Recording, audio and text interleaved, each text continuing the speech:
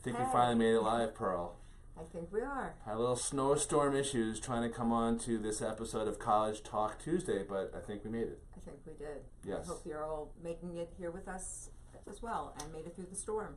It through the storm. Well, don't forget our viewership audience is vast and far-flung. That's true. So we do have some folks here, and if you're just joining us for this week's College Talk Tuesday, please pop your little comment, say hi in the comment section. We frequently do get people in the great state of California, as well as other far-flung corners of the continental U.S. and sometimes beyond. So welcome. I'm Andy Lockwood. This is Pearl Lockwood. Right? Hi. Yes. Still. Yep. Snowed in and loving every minute of it.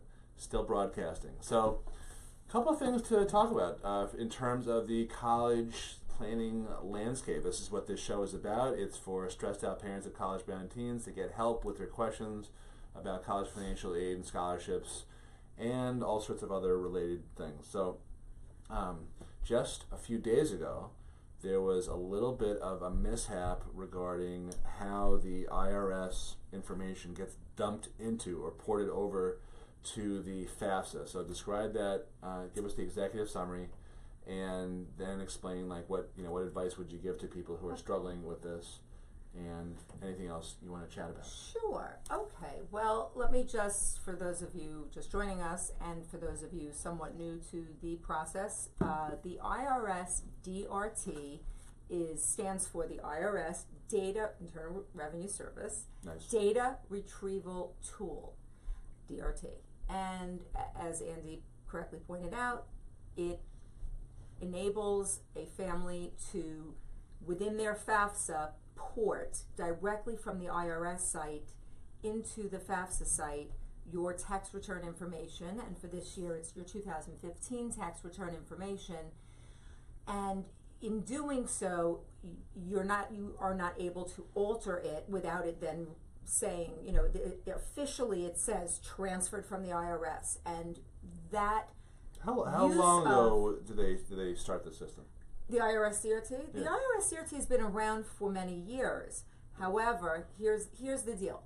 This year is the first year that the FAFSA forms, or rather the financial aid year is based on a prior income tax year, meaning that for this year, 2017 graduates, the 2015 tax return is what's used. That's what's being transported over through the IRS DRT. In prior years, if this year we were doing what's been done in prior years, the tax year that we would be porting over and be using is 2016.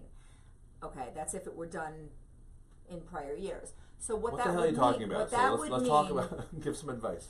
Okay, here's the advice. Yeah. So now the Department of Education promulgated a whole thing the other day that unfortunately they're having serious technical issues, and the IRS DRT, the tool that enables you to do that, which unfortunately is also a requirement by all the financial aids offices at all the schools, they want to see the IRS DRT performed successfully before they will give you a final award package, because they want to make sure that the numbers they're relying upon to give that award are in fact your actual numbers as reported and filed with the IRS. So now, what happens? What caused it? Don't know what caused the problem on the Department of Education side. Was it their problem or the Treasury or the IRS? Oh, the IRS. So the IRS the other day let me came rephrase out. This. Okay. Was it the Russians? Was it the Democrats? Was it the Republicans? Yes, all. Was it Jeff Sessions? Could be all of the was above. It is there all Gorsuch? Of the above? Nice. I forget his first name. Yeah. Any of these people? It's the fake news. It could be any of them. Is it real news? All of them. A lot of questions. Answer me. Yeah. Yes. Okay, so all of the above. So you don't know? In short, IRS having a website glitch and has sent out, certainly to financial aid people like in the business like us, and I guess at this point probably and filers like us. Yes, exactly. So what'd you do That's for us, true. By the way? Well, so I was not able to use the IRS DRT, but what you do instead, you take your actual submitted and filed tax return and you use it to fill out the FAFSA, the income portion, okay? You will not be able to successfully use the IRS DRT. So, what do you do about that requirement from the financial aid office? Every single year, there is a small population of people that the IRS DRT does not work for, and for a number of reasons. So in that, and now it's going to be the entire population of people because it doesn't work. In lieu of the successful use of the IRS DRT, one can order an IRS tax transcript. How long does that take? It's called a tax return transcript, not to be confused with a tax account transcript. So it's return transcripts, yes. And there's you have a two choice. transcripts. Yes. So you have a choice. You want to select the right year, 2015, and you go to irs.gov, you get transcript, and then you have the option to either get it by mail or online. I have found that the online is difficult unless you have previously and set it up and this and that and the other thing and have 20 pins, and do it by mail. It's less frustrating, and it takes about 5 to 10 days before they will mail you out your tax return transcript. But lo and behold, the tax return transcript that you receive will, as far as I've ever seen, suffice as in place of the requirement of the IRS DRT. So if you have not yet filed your forms, have there been any communications from any of the schools? I know we've sent out a blast to our email list, which some thought was pretty funny because I accused the Russians. We got a few hate emails about that from our Russian, our Russian listeners, but or sympathizers. Yeah, right. So what have the schools said about this, if anything? Well, the schools, unfortunately, there's a lot of what happens in real time, and then systems that schools have in place to send out emails according to a certain calendar. They check its system. If its system is not updated, it will report that things are still missing from you, etc. But nonetheless, obviously, if you have not to date successfully used the IRS DRT, and it is still a requirement that's outstanding, no one is going to be able to satisfy it any longer. The schools know this. Do not panic. I would recommend, if you're at all concerned, go on the irs.gov website, order the tax return transcript, because that is something that will take the place of the IRS DRT, and it does take time, but everyone is now who has not been able to do so, they're not going to be able to hold anyone to the requirement because it's impossible. So we're again waiting to see how this is going to play out. Unfortunately, the same entity that has this capability of the IRS DRT is the same entity that you're seeking this tax return transcript from. So we'll see what happens. Well, I'm not sure. I don't think we know if one's related to the other. I don't know, but they're going to have the whole crop of people who need this requirement to be met seeking this information from them. So just to sum up, you're blaming Donald Trump? No, I'm just reporting the facts, nothing but the facts. Oh, look, I made quotes. I wasn't even trying to be politically current or nice. Sometimes comedic. It just happens. It just comes out. Yep. Yeah. What was the actual thing? It was wiretapping? Wiretapping. Yeah, okay. As opposed to wiretapping. When you put it in quotes, it's like a lowercase w. I think we need our own Sean Spicer type of person. Yeah. Okay. Heavily caffeinated. Just brainstorming here. He is heavily caffeinated. He seems heavily caffeinated. Yeah. I don't blame him. Guy must have the hardest job in America right now. Okay, so the bottom line is there's all sorts of glitches that can and will happen and do happen in this process. Yes. And what that means is you can't leave stuff till the last minute. So if you are a parent of a junior, 2018 or younger, you need to really pay attention to this and just file it away in the back of your head, so it's somewhere there in your brain, because what can happen is something like this, and it just so happened in this financial aid season for a class of 2017, this IRS issue didn't really affect. Couldn't have affected more than 5% of our clients, if that. Right, and for those who were going to have a problem with the IRS DRT, which I said at the outset, happens every year anyhow. So people in one form, whether if a couple was married in 2015, or at some other point, and then there's been a change in filing status, let's say. Right. There could be, if there's a fraud alert on the account, if your CPA took out a federal PIN as a security measure on your account because you've had some kind of fraud situation, possibly hacking, the IRS DRT won't work in that circumstance. So if there's any slight misspelling of a name, if you write Ave instead of Avenue, and Avenue is what's on your tax return, it won't work. There are many, many reasons it happens now. Really? It just won't work for Ave everyone. versus Avenue? I don't know if Ave versus Road. Avenue, but yes, any slight change from what is actually on your tax return, it's very, very fussy. Yeah. Yeah. Huh. So start early. Don't leave it to the last minute. That's the Right. bottom line. So if you have a And don't panic. well, if you don't start early, then you're going to panic. Right. So the bottom line is this is something you have to plan. You can't just wing it. The stakes are too high. Mm-hmm. The people who plan have a much smoother, less stressful process. So if you're Less right expensive, and less expensive, absolutely, and better results in terms of admissions. So if that's you and you've been putting your head in the sand, for 15 years, and you have a junior and you keep putting this off, I'm not saying this to scare you. I'm saying this just to give you the actual facts. It'll come back and bite you in the tush. Yes. Okay.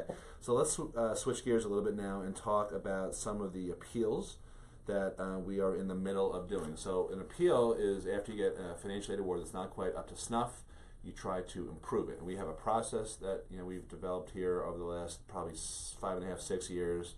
That when it works like crazy, and we can write the same letter to other schools and it won't work at all. And the big issue has to do with mainly what schools you're trying to appeal from and your kid's standing versus that school's academic profile in terms of who is admitted. So I had sort of a not a great conversation this morning with one of our very good clients who, unfortunately, her daughter has chosen a very popular Midwestern state school, and she did not get any type of money whatsoever. State schools generally have less to give for need-based aid. So if you make a six-figure income, like most of our clients do, you're not going to get a need-based aid award from a state school, but you might get merit-based aid because the state schools are competing with each other, and they have their own in-state residents who pay a much lower rate, so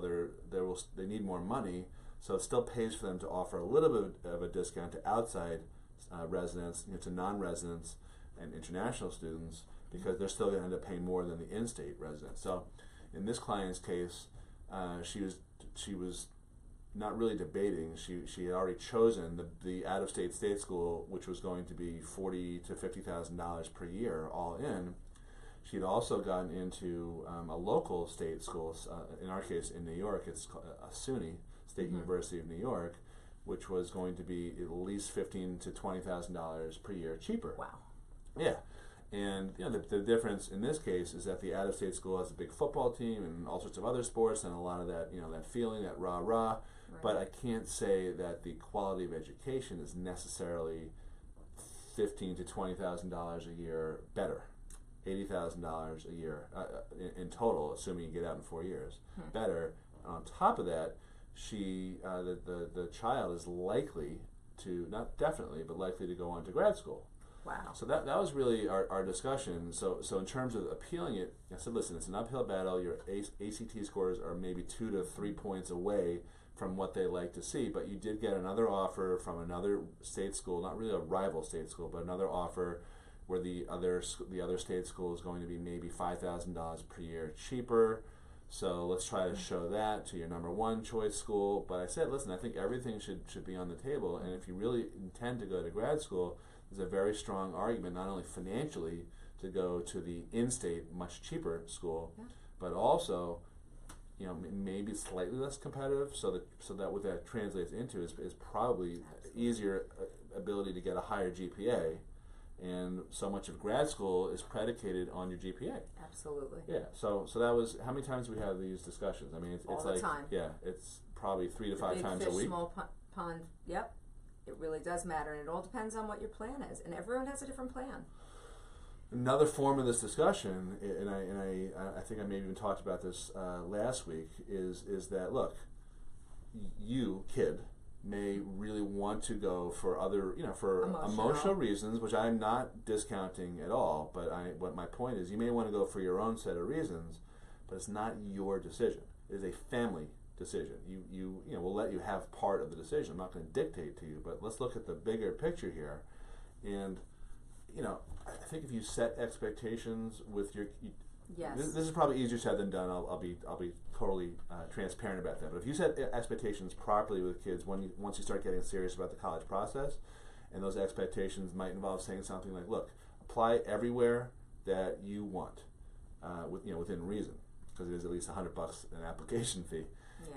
But by the time that all the dust settles and we know all the numbers, that's when we're going to be making our decision. It's not that if you get into X, I'm sending you there no matter what. Right. Yeah, I think you have to do that. And I'm not saying that you should always cheap out either. I mean, there could be valid reasons. But you have to evaluate each one on its own, mathematically, every which way. It's not just that simple. And it's not just for emotional reasons. It is not. So, it shouldn't be. So if you're going to grad school, we talked about, that's the big fish in the small pond.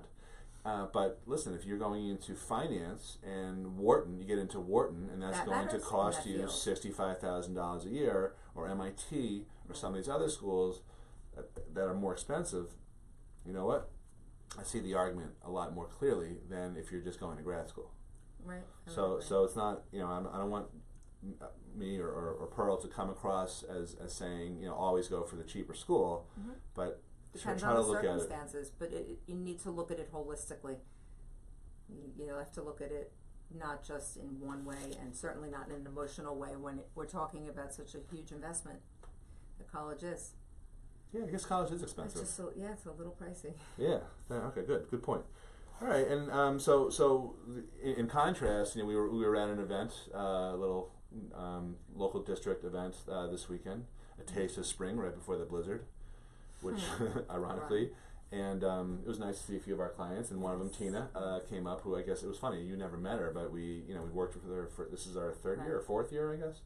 And in the flesh, by email, we've known each other for years. Yeah, I mean, I've met her a handful of times, but she has a business right near us, maybe a mile away from us, and she came up and she was like very excited, because to see you, and it's always cool to run into. We had a few clients there. That was always fun, but she had a really good experience, which started off really poorly because in her case, I use her example a lot. She had initially applied for financial aid on her own, and her daughter had gotten into a bunch of really expensive schools like Syracuse and NYU and some other places, and she'd received zero. Right.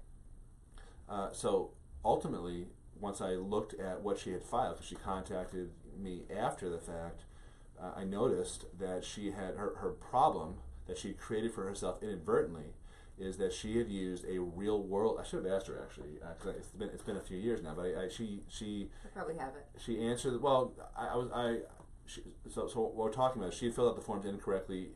Very easy mistake to make. She'd used a real world value to value the business that she and her husband owned together, and that's just it's a simple one line on the FAFSA that says what's the value of your business, and then on the CSS profile, the other main financial aid form that most of her colleges use, there's more disclosures. But long story short, because she has a pretty substantial business with all sorts of, they do the excavation work for the county here, and they have all kinds of equipment and employees and all that. I'm sure the value that she used was something that her accountants had prepared for other purposes, maybe for her equipment lenders or something like that. That's the part I can't remember specifically. But the bottom line is she put her value of her business up here, and what I had identified was, look, under the rules, the value of your business is actually zero.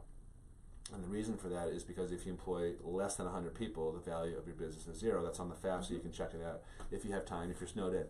So then you went back and refiled her forms. I think you found a few other things, right? Yes. Some other little mistakes.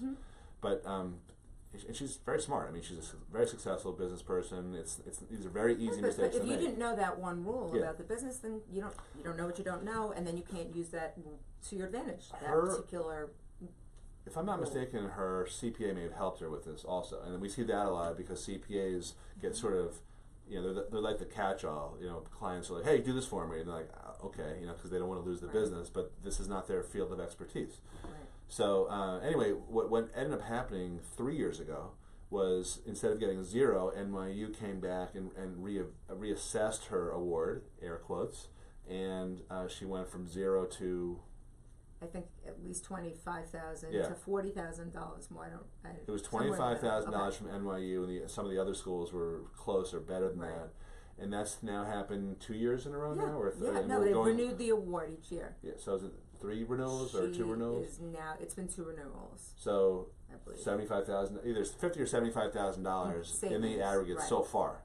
Correct. Right, and it's there are other circumstances. Everyone's situation is unique. I'm not saying Right. this to promise you that anyone watching this can get an extra $25,000 just from using us, but you never know, right? So with her, that exceeded my expectations.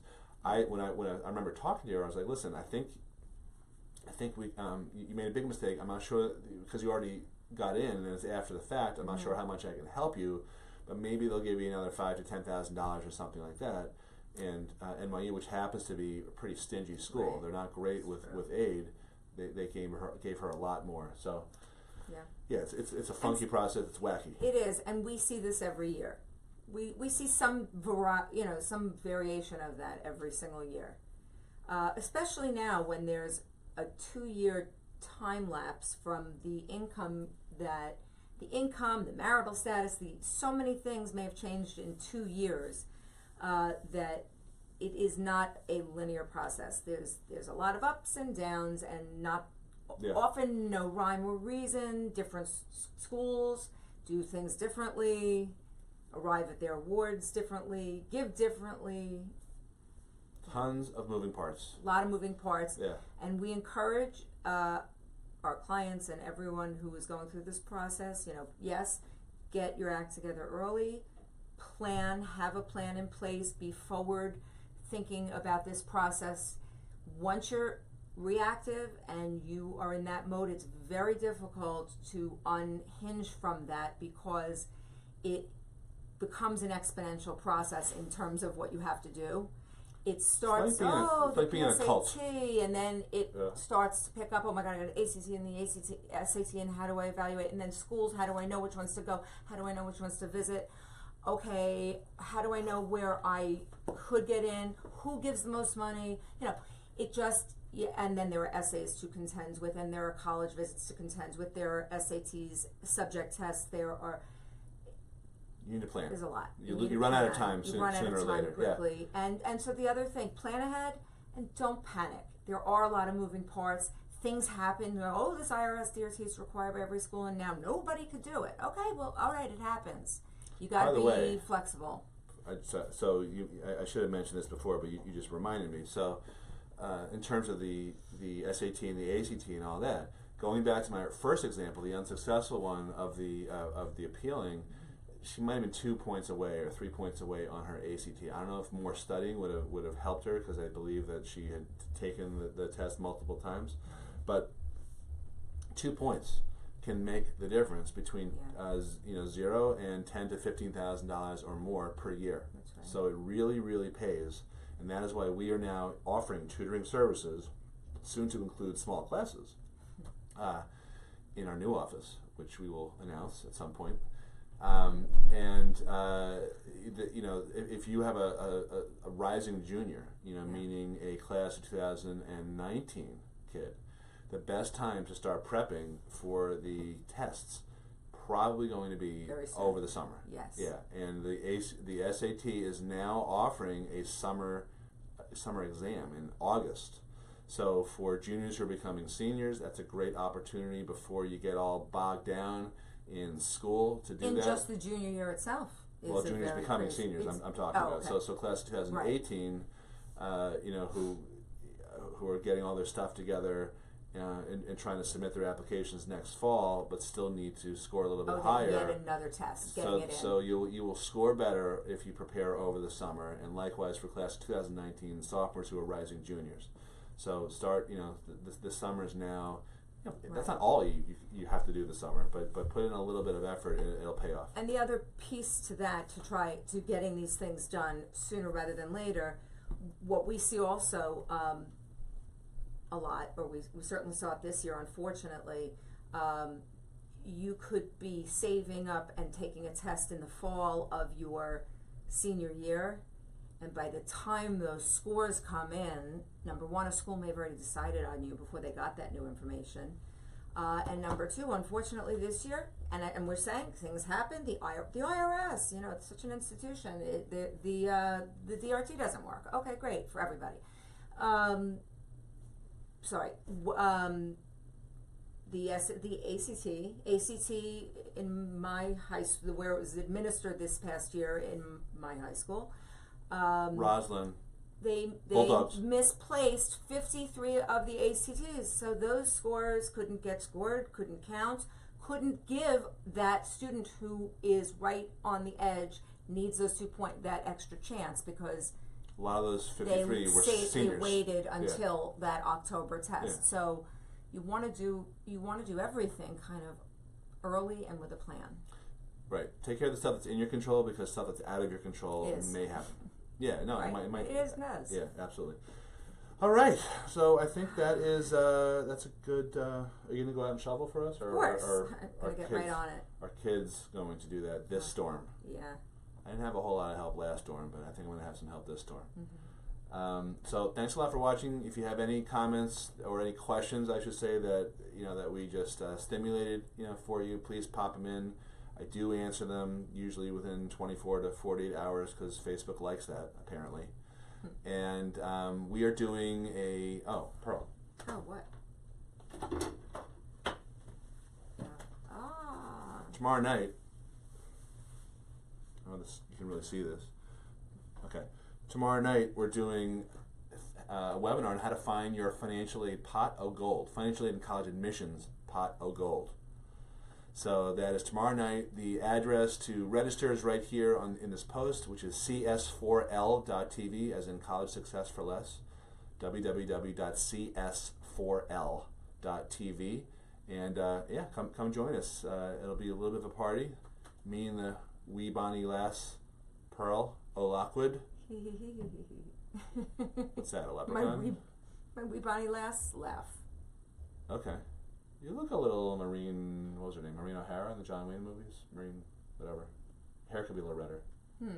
Maybe tomorrow? We'll see. Yeah, okay.